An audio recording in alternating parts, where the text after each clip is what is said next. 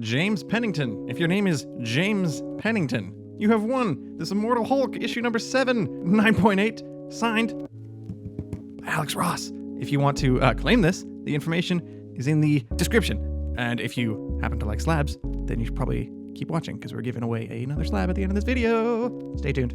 Comic fam, we are back. Bags and Boards, podcast number 32. And I got fire, Guy, Ryan. It's been way too long. It has. Things have been chaotic in the world, though, so I've been staying 6,000 feet away from you for a long time now. So, hey, now we are back in studio. We are distance. We are being safe. We're wearing masks when we go out. We are scripting kind of like, outside and doing what we got to do to bring the heat for the comic fam. And we got a packed show for them today. Hit the subscribe button. We make this video. We try to make the podcast every single week. We're getting back on schedule. We used to make it every single week, and now we're doing it every week again. So it's good to be back. Hit the like button because you know what? It shows your support of our show, and we have a lot of fun stuff to chat about. We have more Peach Momoko goodness that we got to discuss. Some RealFirsts conversations will be taking place today. We also are going to talk about some Playboy, right? We always talk about, porn on this channel. So straight up nudity. You're going to get it on this channel. Of us. Yep. Us. No, not of us. No. We're going to take you to Japan. It'll make sense in a second. And we also are going to chat Brian, Michael, Bendis, Ooh. DC, Spec, collecting, Superman. Let's get into it. Woo.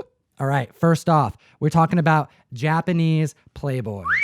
You know I love me some Playboy, right? I do. You talk about it all the time. Specifically, 10 issues of Playboy that came out in the 70s in Japan. Now, this is a fun one because this started a conversation that has expanded and has become part of the show.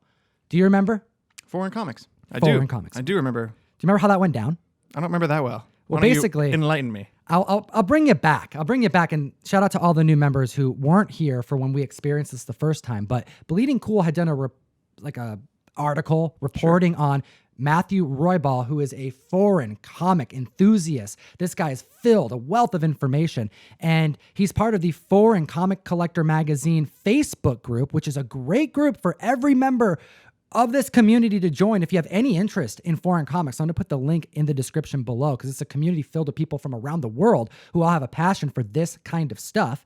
And Matthew, he got published on Bleeding Cool, but they inaccurately cited his article. I remember that. So what happened is he had an issue of 39 of the Japanese Playboy, and Bleeding Cool thought that was the first comic appearance of Spider-Man in an official Marvel capacity in Japan being featured. But that wasn't the case. And we actually went onto the mic to talk about this because it started the questions. I'm like, first off, wait, Japanese Playboy, what? Marvel in comics in a Playboy, what? I got to know more information. And what we found out as like new foreign collectors and learning about this stuff is that in Japan, they had an opportunity to team up with Marvel. Because at the time, Marvel was in a constant state of about to go out of business, right? Right. Selling comics has not gotten easier over time, right? They have to get creative. And one of the ways is that they would sell IPs all over the place, their intellectual properties, specifically to other countries to try to get their communities into American superheroes. Hey, it's selling out here in the States. Maybe it'll sell over there. Not a bad idea. Right? Just put it into some Playboy and see how that goes. Well, that's the thing. Marvel didn't care what their intellectual properties were going to be inserted in or where they were going to go. They just wanted to sell it. Hey, give it to your community. Now, in Japan, some interesting things about this particular country as it pertains to comic collecting. Paper over there is not the most easy to come by commodity, especially back then. Because of weather, things like tsunamis, natural disasters, there was a lot of opportunities for things to go wrong if you had your money in print. They're an island. I imagine there's not that much room for like trees and stuff. Yeah. And, they had their limitations, So you have this opportunity for Marvel to introduce Spider-Man, their new biggest selling character, to other countries. In Japan, they were all about it. And in particular, the Japanese Playboy magazine thought, hey, we can actually utilize this and insert it to fill up our magazine if we find ourselves short of pages. Now, first thing I want to say is all of this stuff that we're talking about is completely hypothetical. The editors in Japan back then, probably not even alive anymore. this stuff isn't documented in history. Heck, these magazines, if you want to get them, it's going to be hard to find. But if you do, you're not going to find anything online about them. You're not going to find interiors of them. You got to get them in hand. You got to know somebody in Japan. You got to know the foreign collecting market out here in the States. So we did this video and we brought a lot of attention to the foreign comic book market. And shout out to Nico from Comic Book Wars, who I actually bought a bunch of those El Sorprendente Hombre Araña books from. He actually sent me a gift in addition to a lot of books, and he sent me this. Wow. This right here. So we're going to show it on screen, and I would actually like you to take a look at this, Ryan, because you kind of have an idea of what you're about to jump into, I'm sure. I have so much familiarity with American Playboy. Oh, goodness. Okay. So let Ryan experience what's inside of this book, because we can't really show a lot of it on screen. But what I would like you to do is head to the Spider-Man section, because we're going to chat about Spider-Man in this book here. Bob Marley's in here. Bob Marley is in there. There's a lot of fun stuff. All right.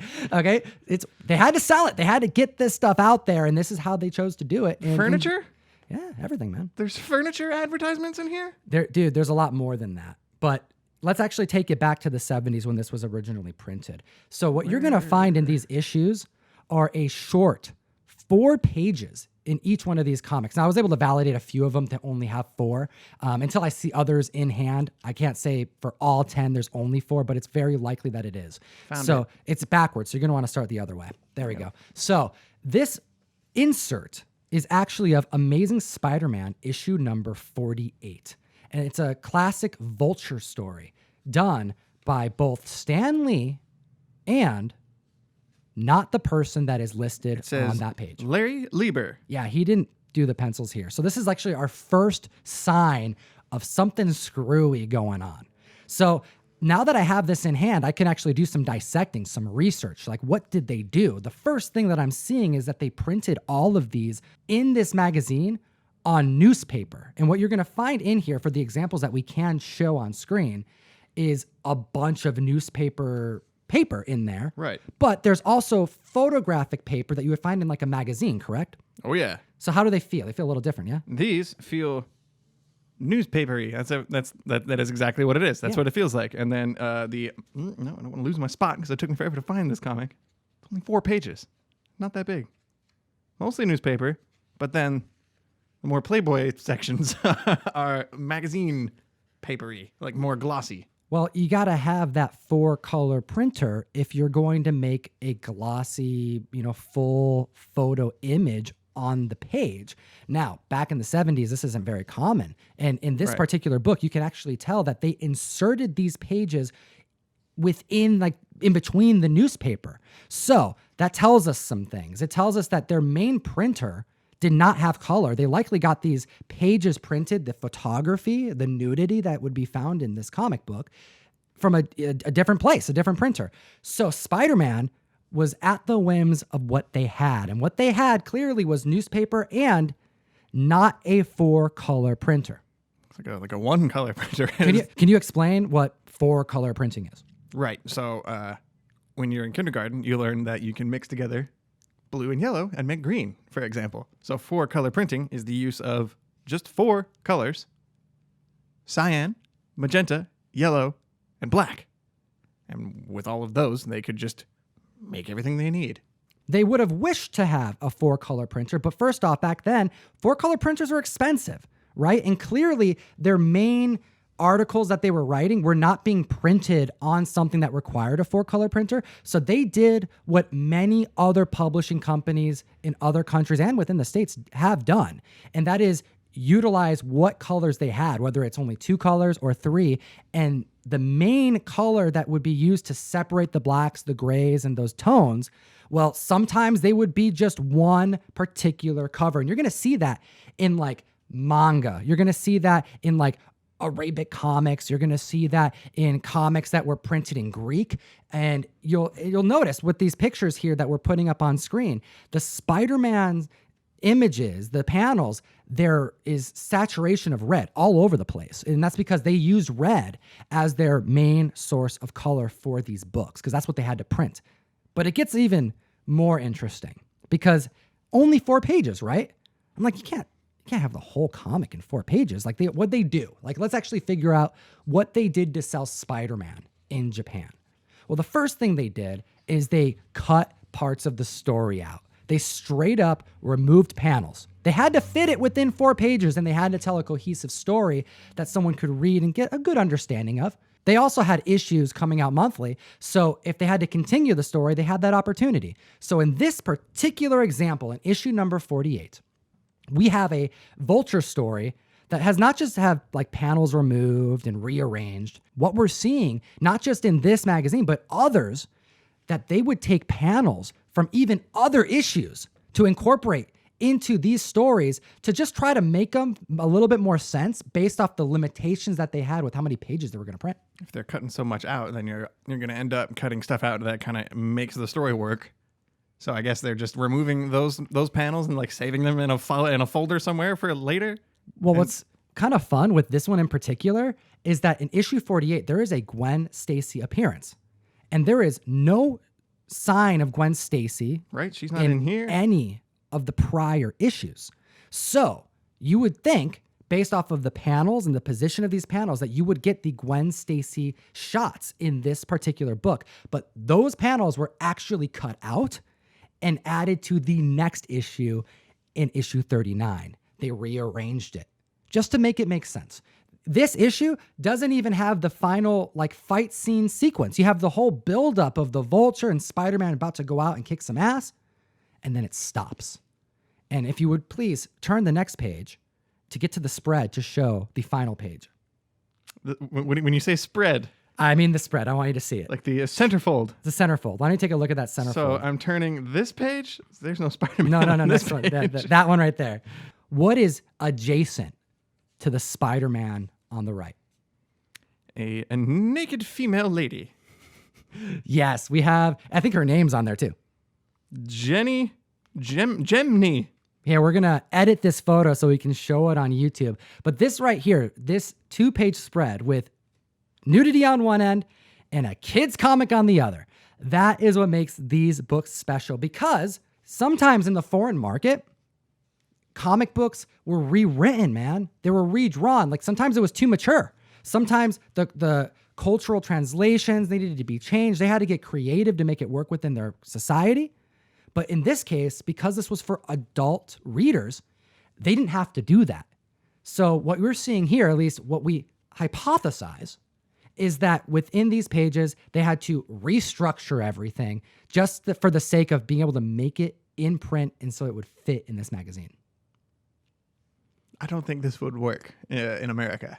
You don't think so? You don't think Marvel would go this route again? I don't think parents would approve of having to buy Playboys for their children to read Spider-Man. And yeah, I don't think, especially now that Disney owns Marvel, I don't think they would approve of Spider-Man being so close to such raunchy images. I completely agree with you. Let's actually take a look at issue number 32, the first time that Spider-Man was inserted into a Playboy. I don't have this copy. Eventually, I'm going to grab one. I would love to dissect it on screen for the comic fam in an edited capacity so we don't get removed from YouTube. But in issue 32, I found out some really cool information, and I want to give a big thank you to Robert Fordham. He actually reached out to me with Matthew Royball's help to give me some more information on these because he's a collector of these issues and has a lot of them. And what he told me was fascinating. Issue number 32, for quite a long time, members of the foreign comic market thought that the pages on the inside was a unique story that was rewritten by Japanese writers. And the reason is because it's a retelling of Amazing Fantasy 15, the first appearance of Spider-Man. Right. But here's the thing, the pages aren't the same. It's a different style, it's a different story, it's different art, right? So what was thought is because these panels were all over the place, it just no one recognized them, it's in Japanese, oh wow, they really went all out. Like they had to change everything. But as the foreign comic book collecting market began to form and more individuals got into this, research started to happen. And what was misunderstood is that the panels weren't being recognized, not because they were new.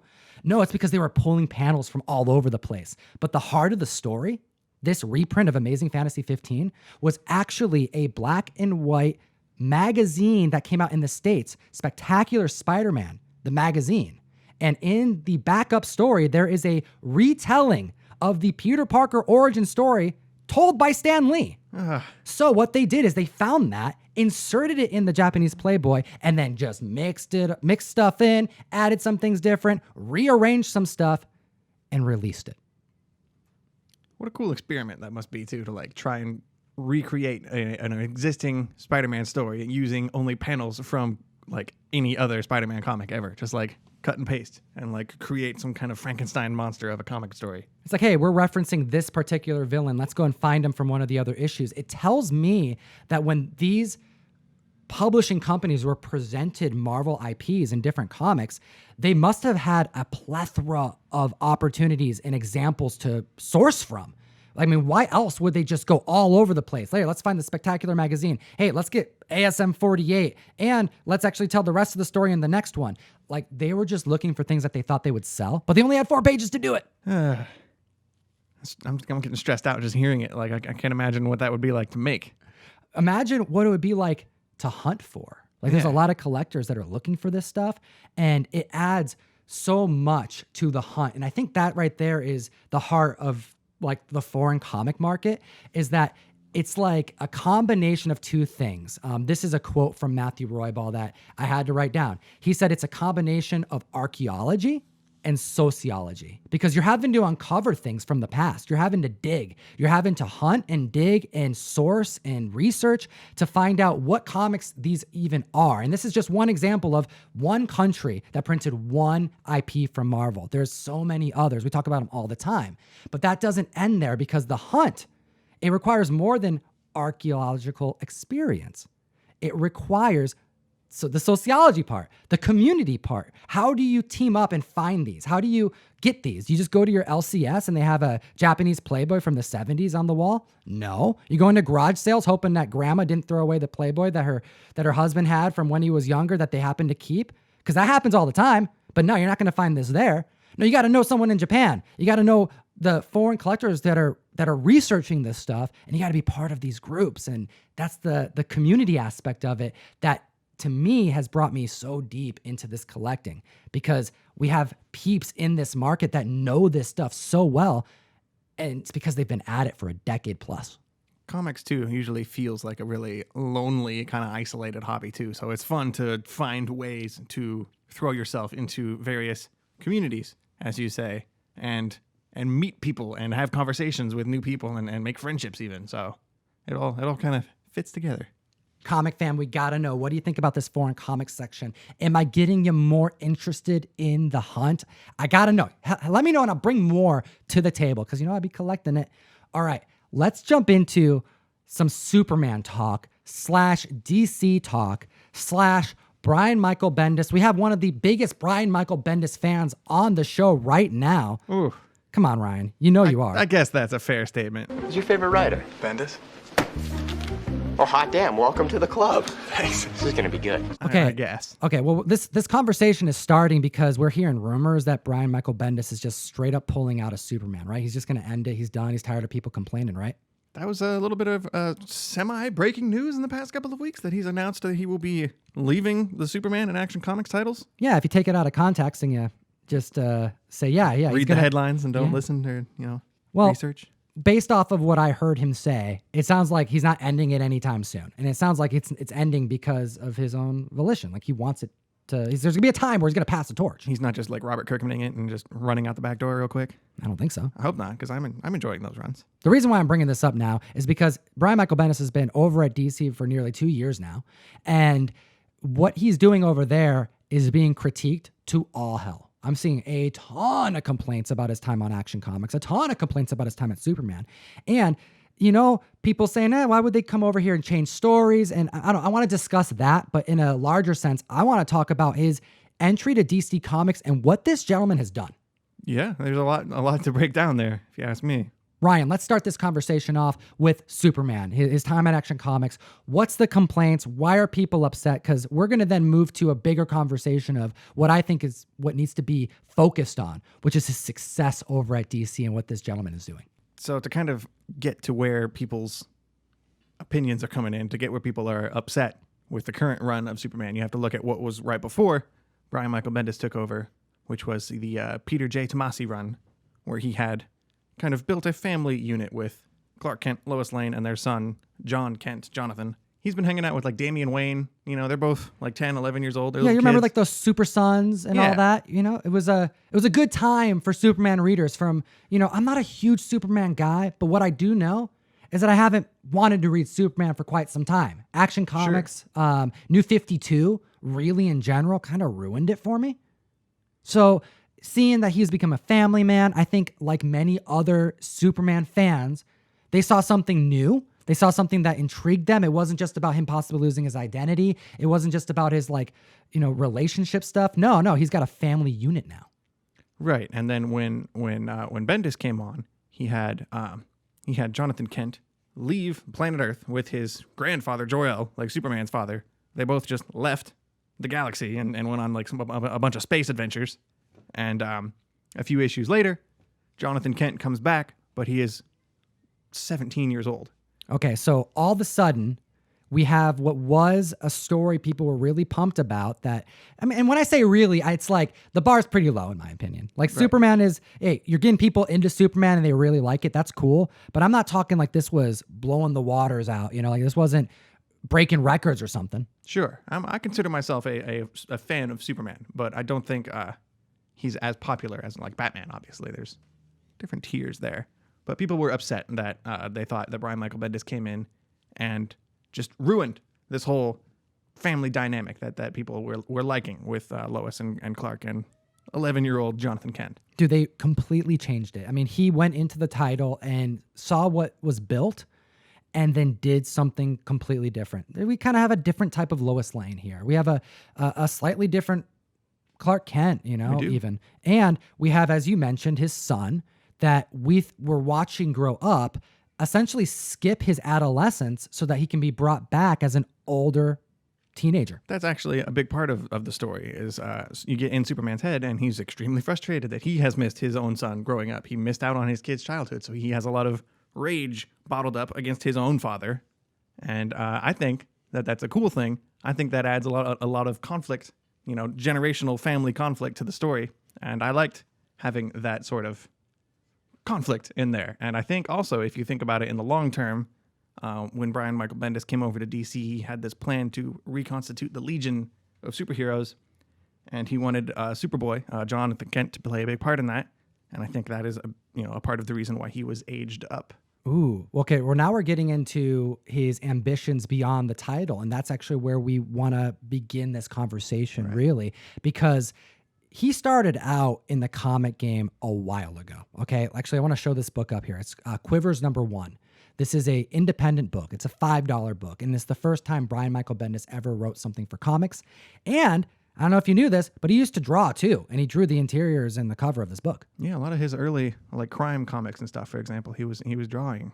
And then take a look at this, Batman Chronicles issue number 21. This is the first DC published work by Brian Michael Bendis. The reason why I want to show this comic, and both of these are cheap books, by the way, this would be the last time he would do work at DC for 2 decades, all right? I think it's like nearly 2 decades. Sure. And that matters because what did he do in those 2 decades? In those 2 decades, he was kind of, in my humble opinion, he was kind of setting the bar over at Marvel Comics for a lot of the things that we are currently enjoying today. Like changing comics forever? I would suggest so. Disassembling the Avengers. Ultimate Universe, Sis, right. Fantastic Exactly. Four, Miles Morales, Jessica Jones. Do we need to say more? You could. There's a lot more you could say because he has had a massive effect on this whole universe. Who else? The New Avengers, one of my favorite comic runs of all time. That's a big one. Secret Invasion. One of my favorite events of all time. My favorite era of Marvel Comics, I would say, is the 2000 to like 2010-ish. That's right. This is like when I was getting into reading heavily, you know? So yeah. It's important to note that because that's what he did at Marvel. He created the universe. He formed a lot of the characters that we love. And these IPs are going crazy now. So when DC got him, you know that this wasn't just hey, let's just bring him over here to give him Superman. Let's just have him do Superman. Yeah, let him write Superman. Maybe Action Comics. We'll give him a couple comic books. You don't just go and poach one of the biggest writers from your competition. You Put know? him in the corner to do 1 or 2 titles and let him, just wither away and die in the corner. Mind you, over this last 3 years, all we're hearing is about how much DC's struggling, how many titles that they're constantly cutting, and how many times they're rebooting things. Could we do a new Crisis? Could we get more new readers? Do we have to do new number ones? Like, what variants do we need to sell at cover price and, pay to order? Like, that's the kind of stuff that DC did. They brought Brian Michael Bendis back after 2 decades, not just to make one comic. No, they want him to do what we did at Marvel. Is grow a whole ecosystem of like interconnecting stories. So let's chat about these last 2 years. What has this gentleman done? Because he's started to do so much. I mean, he took 2 decades at Marvel to do this, and then he comes over to DC for 2 years, and it's crazy. Yeah, it started with Superman. He was on Superman, he was on Action Comics, and I think the 2 of those comics interplay very well with each other. You have more of the intergalactic combat, like all of Superman's rogue gallery and just a bunch of crazy high concept stuff happening over in the Superman title. My favorite, though, is Action Comics, where it is more grounded. It's focusing on like Clark Kent as a reporter at the Daily Planet and all the things that are happening over there. Let's chat about Action Comics 1001. And a lot of these covers that we're going to talk about, these ones are all super affordable. Some of them are spec, and we'll get into that. But many of them are cover price. But Action 1001 features a new villain. They're also Fire Guy recommended, if that means anything to anybody. Oh, yeah. You've read all of this stuff. I've read most of these. Comics. So we have the first appearance of the Red Cloud. How dope of a character design was this? I really like her. Well, spoiler alert. There's when you start reading Action Comics, it's a mystery as to who this character is, but it gets revealed relatively quickly. That's right. Who she is. And she is a red cloud, as the name implies. She is kind of like an amorphous, gaseous villain that Superman has trouble fighting because you can't punch her, you can't hit her, you can't fight. So it's a struggle, and she's part of the Invisible Mafia, which is like the arc of the first arc of Action Comics. Ooh, why don't we get into that? Tell us about this first arc and some of the things as a Bendis fan that you're digging. I'm also just a crime fan, so anytime the word mafia gets thrown around, I'm like, okay. Yeah, mobster movies, you're all over that kind of stuff. I'm into it. So it's a group of criminals, a mafia, if you will, in Metropolis, who are trying to figure out how to run a criminal enterprise in Superman's city, where he can hear and see everything that's happening all the time. So they meet inside of like a lead tube underground. They don't say Superman or Kryptonite or Lois Lane or any of like the magical buzzwords that he's always listening for. And so they use this girl, the Red Cloud, and the whole first arc is about Superman, Red Cloud, Invisible Mafia, all the weird stuff that's happening with the Daily Planet, and it's not what you think when you're getting into when you get into Superman comics. There's not a lot of laser vision happening or flying around and like punching stuff, which I'm not the biggest fan of. Some of the things I don't like about Superman is just as you described. He's like overpowered. You kind of always know what's going to happen. You know that there's going to be someone he can't fight because of something simple like a rock, or his identity is going to get, exactly. Something's going to happen like that. But in this case, you have a new character, great character design, and you have a antagonist that actually can rival Superman in a way that's kind of believable. There's scenes where Superman and the Red Cloud are getting into it, and they fight each other, and he can't win, so they just break off. And she goes back to the Invisible Mafia, and they're like, "Hey, I just fought Superman, and I'm alive still." And so everyone's like, "Oh, good job! Like, we're doing this, we're figuring it out." And it's like not that high of a bar to reach. Like, I didn't die fighting Superman, or I didn't get arrested. It's interesting stuff. All right. Any other things from Superman? Any takeaways that you're kind of excited about? I mean, I want to hear more about this time that has been sped up from Jonathan Kent. Right. I want to hear about Jor-El. It makes sense if you think about it. Like, it makes sense. I mean, you like Stephen Hawking, right? You hear Absolutely. About black holes and time vortexes and stuff. So when Jonathan Kent goes into space, he like gets into a bunch of weird. He goes out of the galaxy, and so I'm not a physicist or a space expert by any means, but time gets a little wobbly out in the greater universe.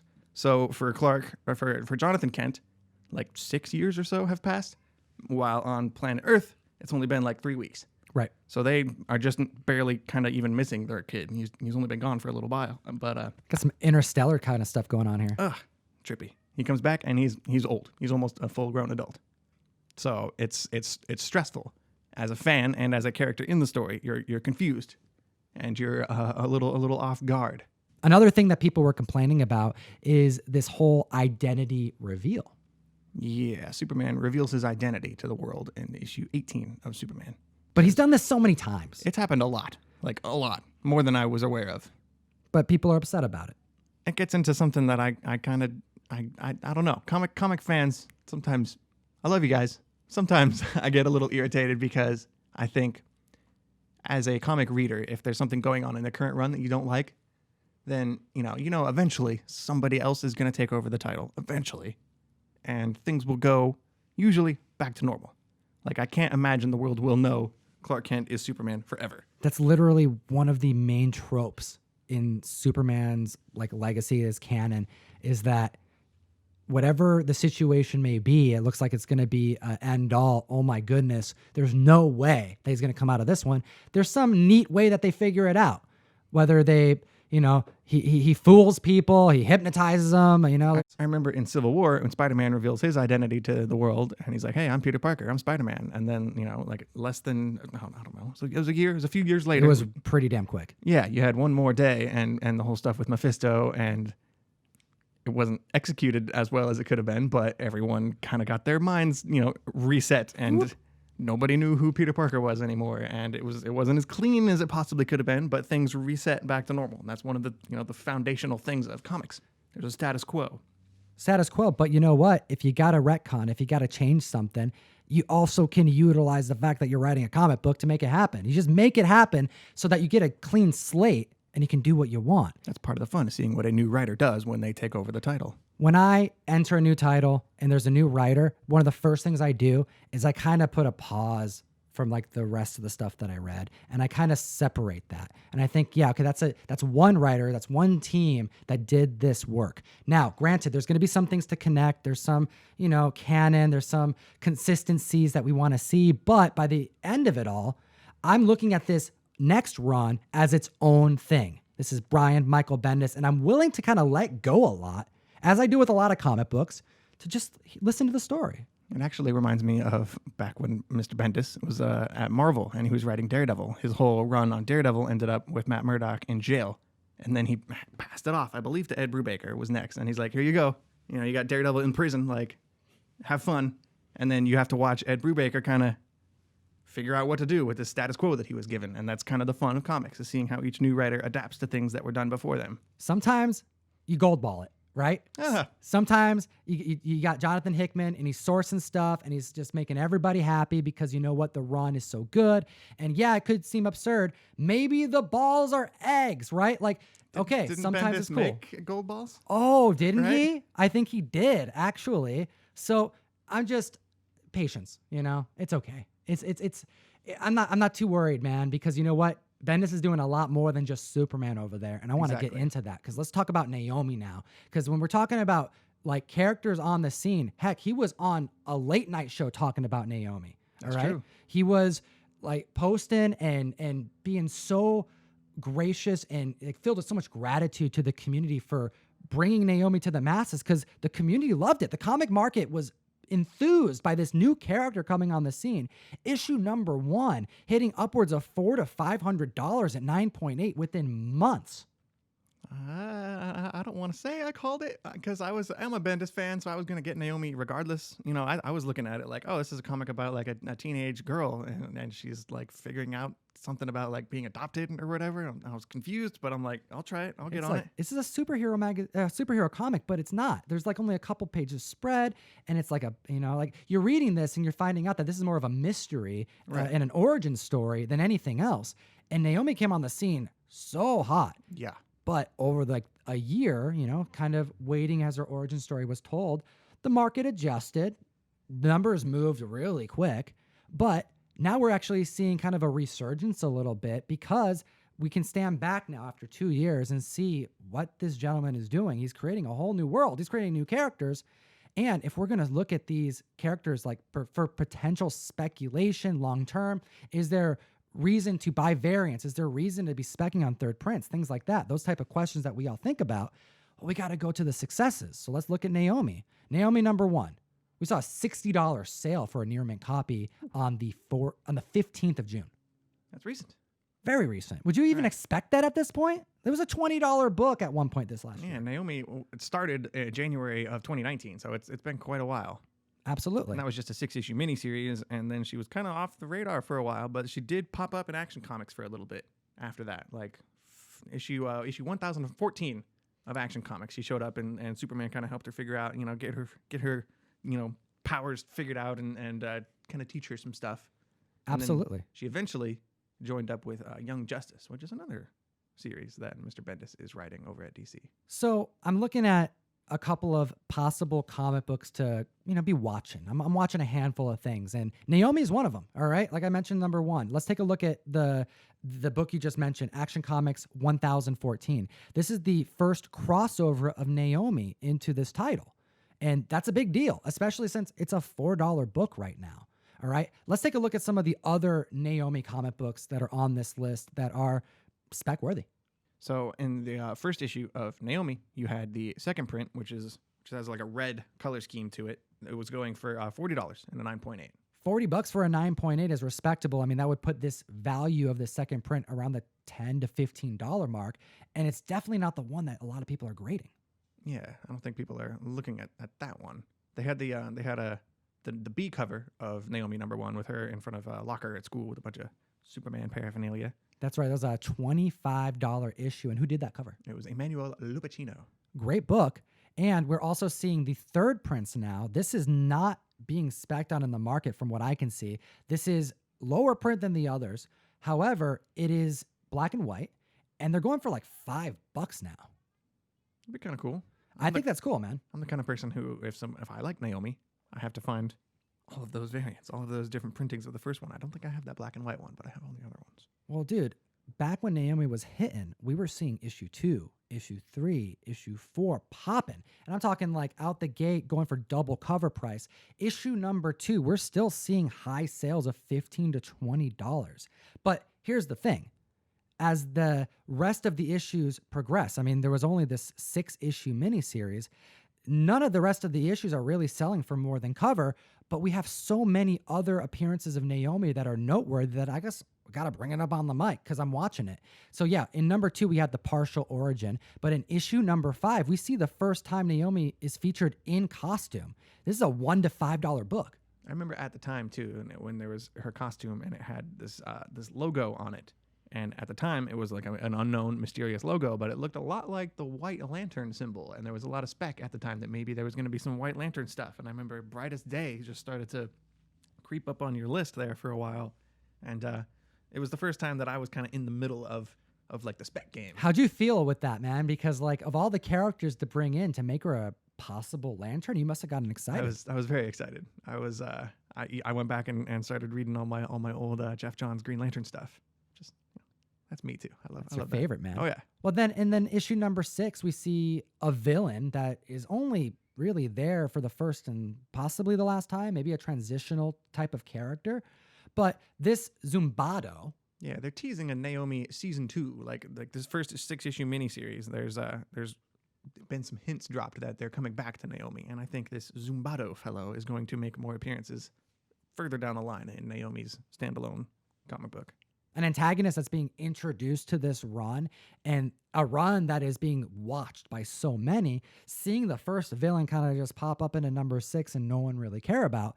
Again, we're talking about spec-worthy things. And if Naomi is spec-worthy, there's not that many comics that go along with her. You mentioned that Young Justice, issue number 10, features her joining the team. Right. So this isn't the only thing that Bendis is doing. It's not just making new characters, making new villains, taking on the responsibility of Superman in Action Comics. We're talking now Legion of Superheroes. We are. What? How do you... How of all the... Okay, here's the thing. Like, let's give props where props is due. That is the one title that if I was well-versed, like if I was even more well-versed, like I'm talking an encyclopedia well-versed in DC Comics, I would still not want to touch that title. I would think long and hard before agreeing to write a book like that, because there's like 30 heroes in Legion. Like, that's a lot. You're not just signing on to write Superman, like 1 or 2 guys. It's a cast of characters in that book. From the future that has a die-hard reader fandom. Yes. Like, more true. than many. I took the plunge on Legion when Bendis took over. Oh, geez. And you made it out alive? I made it out alive. Okay, that's good. It's a lot there, and I went in totally cold. I've never read a Legion comic book before. Dude, in preparation for Brian Michael Bendis taking on this title, I looked up Legion of Superheroes. I took on the Great Darkness Saga, which is said to be one of the best stories of Legion of Superheroes. And it's one of those situations where every page, I was like, I have no freaking clue what's going on. There's a lot there. It's heavy. There's like every other character's talking. I don't know who anyone is. They're referencing stuff I don't know. There's relationship dynamics that seem important that I don't understand. And to think that he came on the scene and was like, oh, this is what we're going to do. I'm going to take on Superman. We're going to create all these new characters, and Legion of Superheroes is where it's at. Man, that takes a lot of courage. I imagine they kind of went to him. I don't know how this went down, obviously, but I imagine they went up to him and said, like, what would you like to work on? And he goes, Legion, let's bring that comic back. And he did, and he's doing really good at it. I mean, it's a cool read.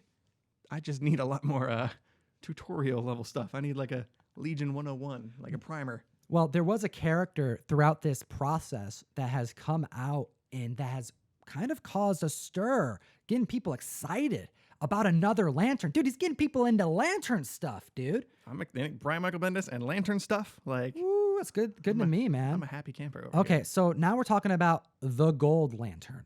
And this is a conversation that's going to get fun with the community because we got to bring up the benchmark again. Do you remember the benchmark conversation, my brother? Oh, goodness. Are we talking like cameos? Are we talking full appearances and first? I love this. Okay, so we have cameo, first appearance benchmark. It's Logan, Hulk 180, Hulk 181. Chalen, throw that on the screen again for me. Can't get away from this. I can't get away from this. It doesn't end. No. It doesn't end. And I'm not going to, dude, I won't let it end because we need to cement this. We need to make this known. Everyone needs to follow suit, man, because it's not changing. That's the benchmark, whether you like it or not. And some members of the community kind of get a little heated about this cameo talk. Like, we don't even need it. Well, let's get into why you need the cameo talk, okay? Because we're talking about the Gold Lantern. And this guy has 7 cameos.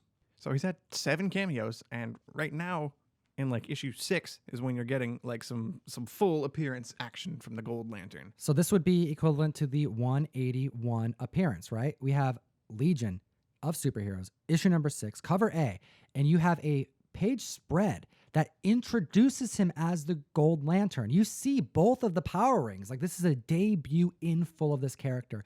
And the market responded to this comic as such. This book out the gate went for more than double cover price. Ooh. All right. But let's go back because there's 7 other appearances that we need to talk about because this character made its waves, man. When we have one character of many, Bendis, we talked about a bunch of them that he created.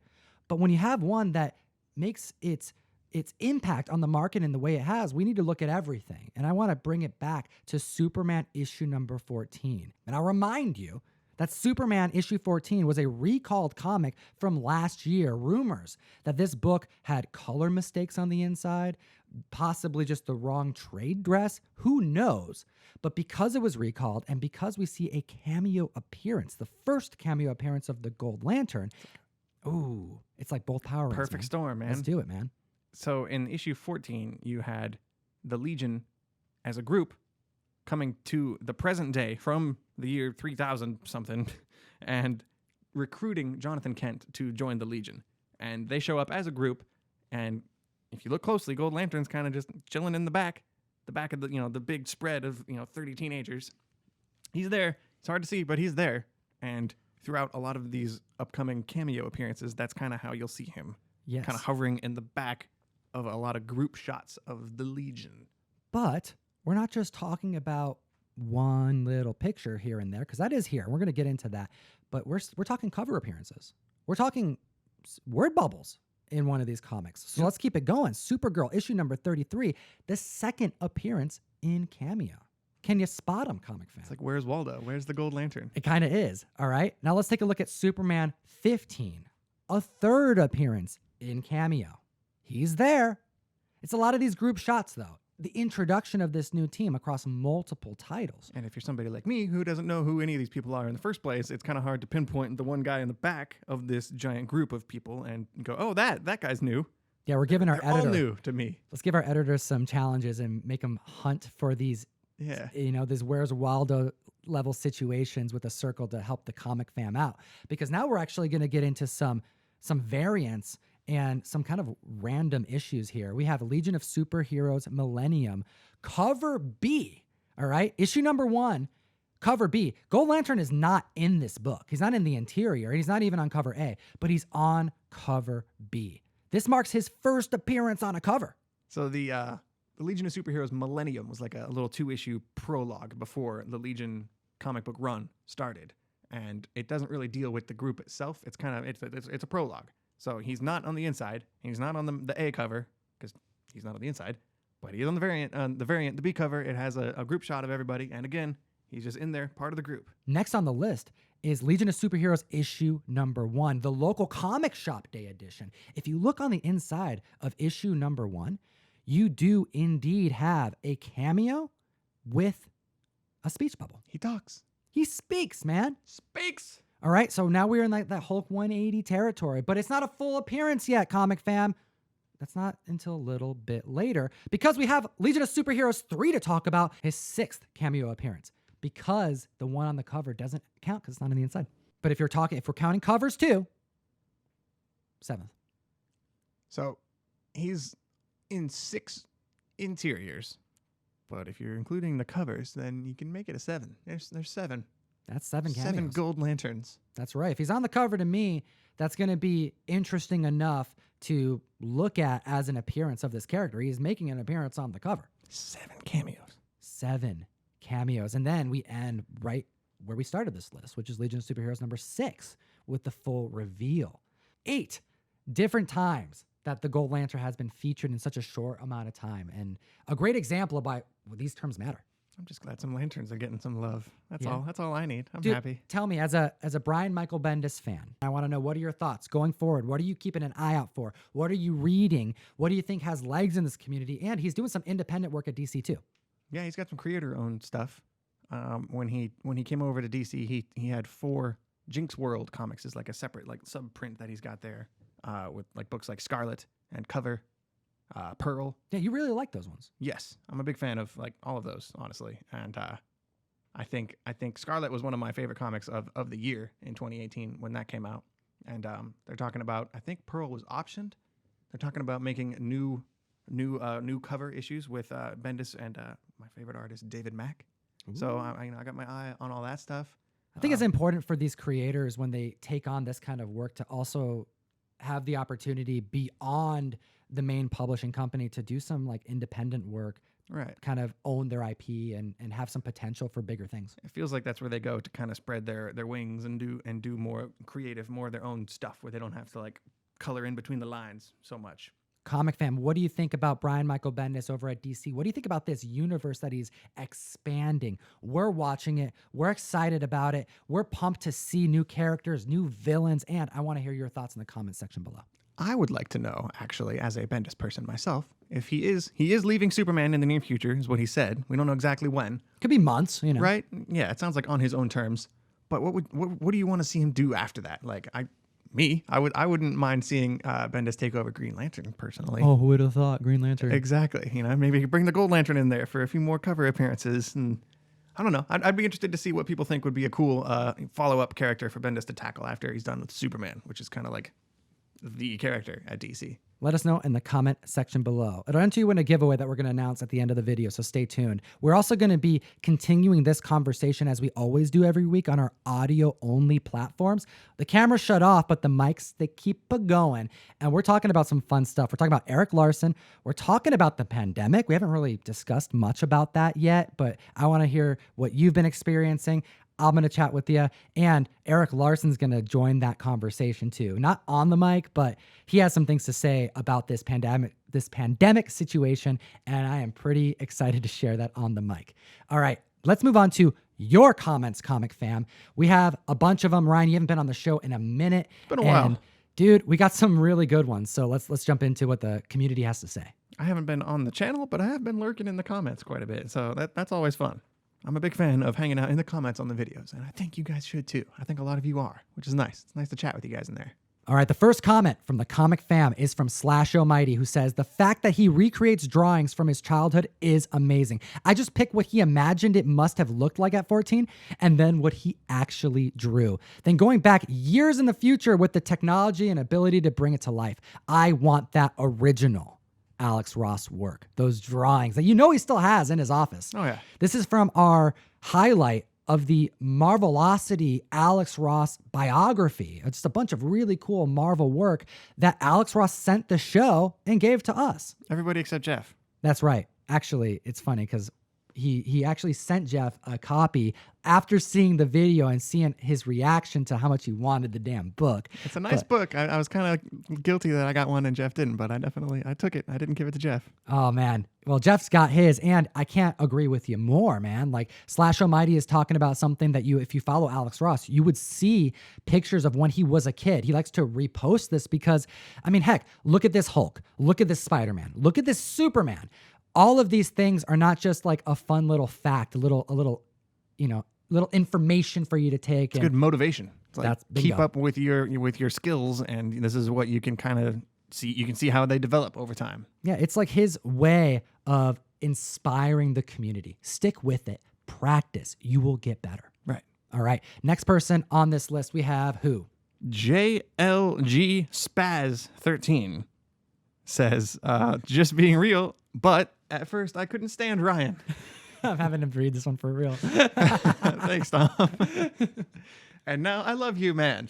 The group of guys on the show is so dope and well-balanced that it's nuts, and I'm hooked. Yeah. It's nice having you guys help feed my comic addiction. Keep up the good work, everyone. You see, sometimes people on the show are a little bit of an acquired taste. Right? Like Russ? Yeah, or the Guru. So acquired. It took a lot of these members at least like 300 videos to subscribe to me. Yeah. So we're all a little bit of an acquired taste, but I appreciate you coming around, seeing the value that Ryan brings to this table. I bring value. He really does. We appreciate you. Thanks for the comment. And I'm glad that you're a member of the community, my brother. Oh, and then we also have Snoop Anoop, who says, Ryan should get an epic avatar with a badass beard. Keep up the beard game, man. Yeah, dude. I keep telling you, you gotta keep it. I put this one on here, man, because I like Ryan with the big beard, and you had it. What happened? I liked it too. A little thing called coronavirus happened, and we had to wear masks, Oh, is that why? Is like you don't know because you can't grow facial hair, Tom. But true. That's true. Beards and masks, like when I put the mask on, and it looked like somebody put. Dude, it was like a Band-Aid on top of a shrub. It looked awful. It was like sitting on there and just beard out on the sides, and I don't think it was doing anything. It was bad. Oh my goodness. It was really bad, sweaty and gross, and it was just like. But hey, you're here now. I'm here. All right. Are we gonna get this beard to grow a little bit? You notice I didn't shave like you, babyface. I trimmed it down. I still have a beard. This is like what I consider default Ryan. You hear this fighting words, Comic Fam? What do you know? think? I'm going to take myself out of it. Listen to the Comic Fam. What do you think? Last time I shaved it all the way off. I went out and got breakfast with you and with Aaron. And Aaron gave me all kinds of crap and said, don't ever shave your beard again. You need the beard. The beard makes you look fantastic. Yeah, that's what she said. Fantastico. I get lots of compliments because I'm a pretty cool dude. Oh my goodness. Ryan's got to keep his beard. Comic Fam, I need your help. Let's keep Ryan motivated. It'll come back after. It'll grow faster if the community motivates you. Shame helps it grow faster. Push it, man. You got to push it out. Works. And it'll grow faster. Okay, this next comment is from Star Tiger. All right, and he says this. There are at least 3 different covers by Alex Ross featuring Red Sonja. All right, I mentioned that I couldn't think of any. But then, as soon as I read this, and I appreciate you in the comment section, you're keeping me in check, there are a bunch. And I'm just going to show a bunch of them on screen.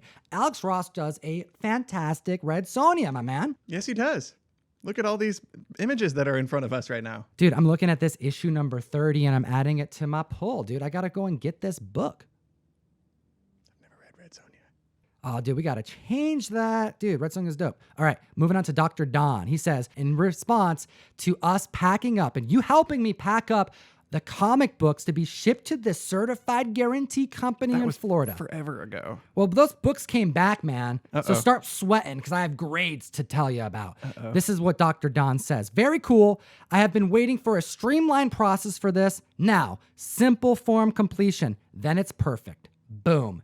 He is motivated to ship comics to the CGC courtesy of you, man, by putting out the effort, showcasing it. Yeah, dude, because you did it. But here we go, Ryan. How do you think you did? Poorly. You think you did poorly? You think you screwed some 9/8s and made them 9/6s? Oh, no, 6 9s, 6 8s, 6 6s. Okay, well, I'm here to report today, Ryan, you did a good job.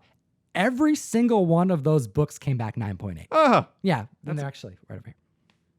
Oh, yep. Yeah, those are the ones. That's okay. So everybody, round of applause for Ryan. Thank you so much for taking good care of the comics for me. They're in my PC, man. I'm pretty stoked about it. I take as good care of comics as I do of your statues, so you're welcome. There you go. All right. Now we are going to talk about Peach Momoko. Who? Are you not familiar? You've been gone for a minute. Yeah, I think you might have to jog my memory. Who? Actually, no. I think you know exactly who I'm talking about. What is your thoughts about Peach as a new artist in the scene? Fire, right? I am the fire guy, so I guess I have to say fire once in a while. So many covers, so many variants, so many stores working with Peach. So much good content coming out from this artist. And we actually did a top 10 list, a little highlight of some art that she did, preliminaries, and you should go check it out. Put the link above here. And she liked it. She really liked the podcast. She was digging it. And we've been working together a little bit. We're planning covers and things like that. And the response that she had was super surprising. She's watching this right now. She could be. Shout out Peach. Ooh. I'm all nervous. Everybody say hi to Peach by hitting the like button, because the response that she gave to the podcast, aside from, digging it, was that she wishes she knew that we were going to be talking about tattoos the whole show. Oh, yeah. That was kind of like the theme of you and Jeff's show. Yeah, I chat about some ink that I've gotten, some mistakes that I've gotten. And she responded with, I wish I would have known because I love tattoos. So that was like, whoa. Well, hold up. Why do you like tattoos? I got to know. And she would tell me that she actually was trained in art by a tattoo artist. Peach was actually actively preparing for work in the tattoo industry before she was embraced by the comic collector industry, by the community. We poached Peach. How exciting. She would actually then go on to send me images of artwork that she did, presumably for tattoo designs for people, practicing, getting ready to start taking on the responsibility of doing some, needle to skin work. I could never even imagine. Of course, I would definitely rather do paper. You mess up a piece of paper and you just erase it or throw it away and restart, but you mess up someone's skin and they got to, do a bunch of things with lasers and stuff like Tom here and get your R's switched around and your Batman face is fixed and you gotta, no. This is what she said. Before I became a tattooist, I got introduced to many comic conventions and soon publishers. So before my age deadline, I was busy in the comic book world. So before she was of age, able to start tattooing, she was already getting her feet wet doing covers and such. Then I couldn't become a tattoo artist.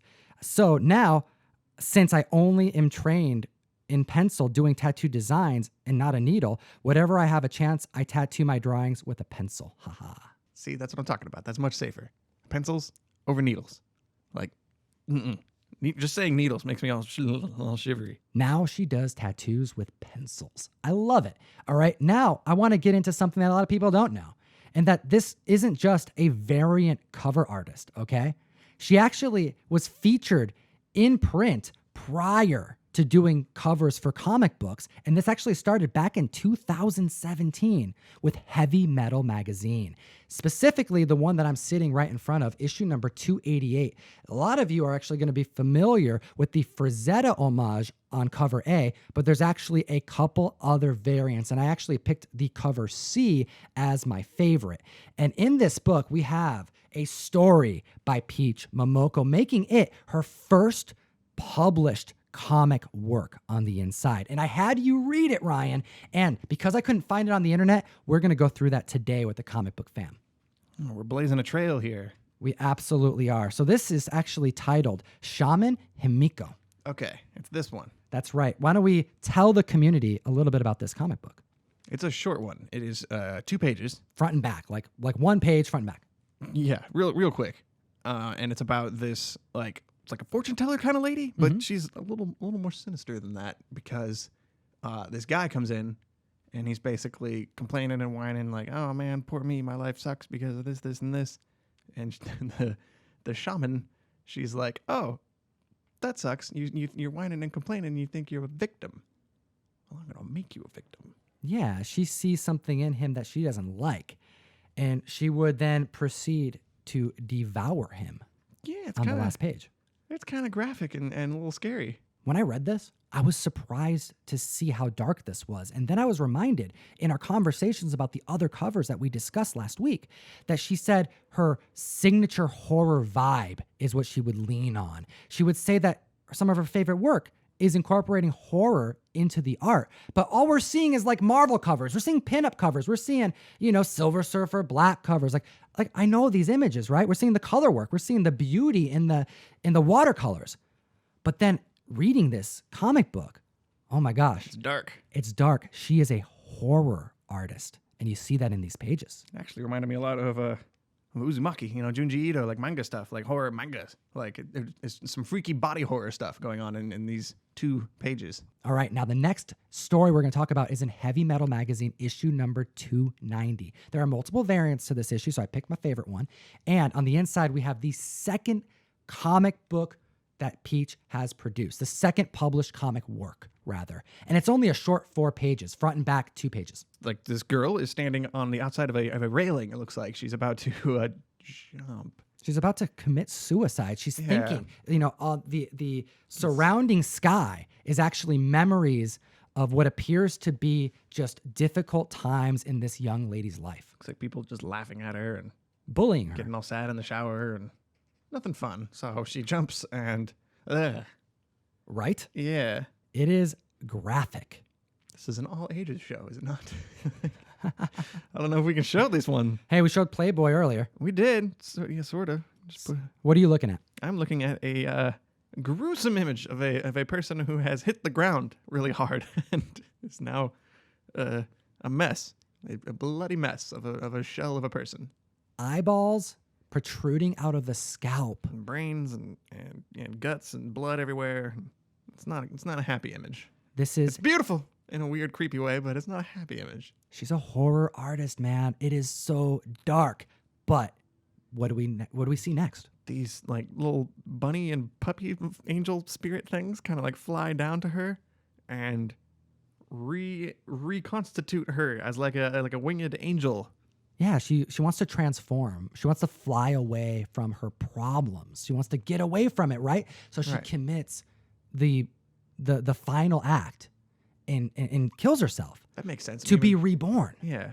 When people say they want to fly as like the superpower that they get, and usually like psychologically that's because they want to like get away from people and like avoid things, and that makes sense.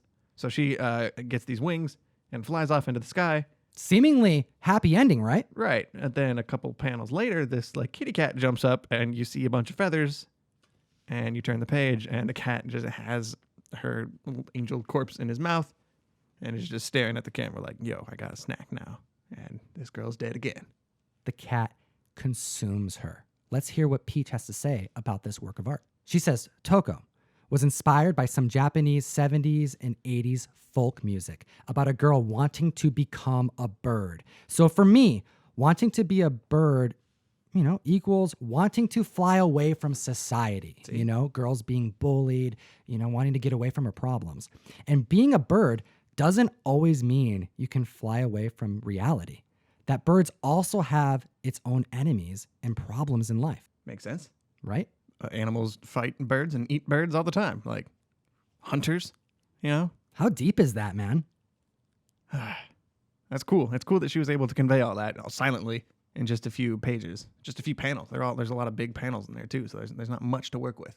Comic Fam, issue number 299 for Heavy Metal Magazine is delayed, but coming out. And this is actually going to feature the third published story by Peach Momoko. I cannot wait till she gets her own title, till she starts releasing her own independent comics and we see the horror mastermind behind these pens, behind these watercolors, come out and really show what she can do. I'm interested to see that kind of storytelling expanded and given room to breathe in like a full-size comic, not just a few pages.